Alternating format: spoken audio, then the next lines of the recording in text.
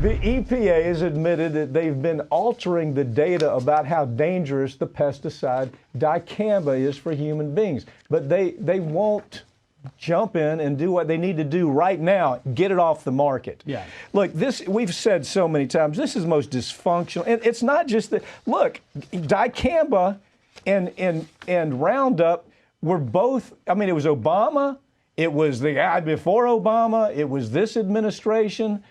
So, I mean, it's not just, you can't pin this down and saying this is a Republican or Democrat issue. The chemical industry owns Congress.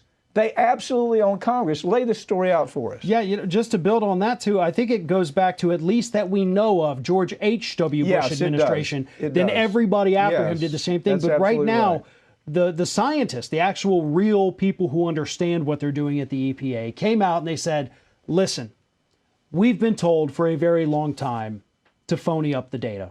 We have been told to cover up certain things, to omit a lot of things, and ultimately we have been pushed to the wayside in favor of the industry's own words. You know, their own reports. And so we're real sorry about it. We're not going to let that happen anymore. But in the meantime, this dicamba, 3 different kinds of it, I think, on the market, is going out there, being sprayed all over and causing horrific cancers in people all over the country. Well, for example, the Roundup, this is no, actually, let me tell you the story, this story behind the story. This dicamba was the one that they were going to use. Monsanto was going to use dicamba to begin with. And they concluded that it was too dangerous. So they come out with Roundup. Roundup, and understand, they're concluding there's such big problems with it, we got to go to Roundup. Roundup causes non-Hodgkin's lymphoma, causes neurological disease, causes cancer. I mean, the EPA is almost a useless entity. I almost don't want to say almost. They are a useless entity. I had to go to war with them up in the Ohio River Valley about C8.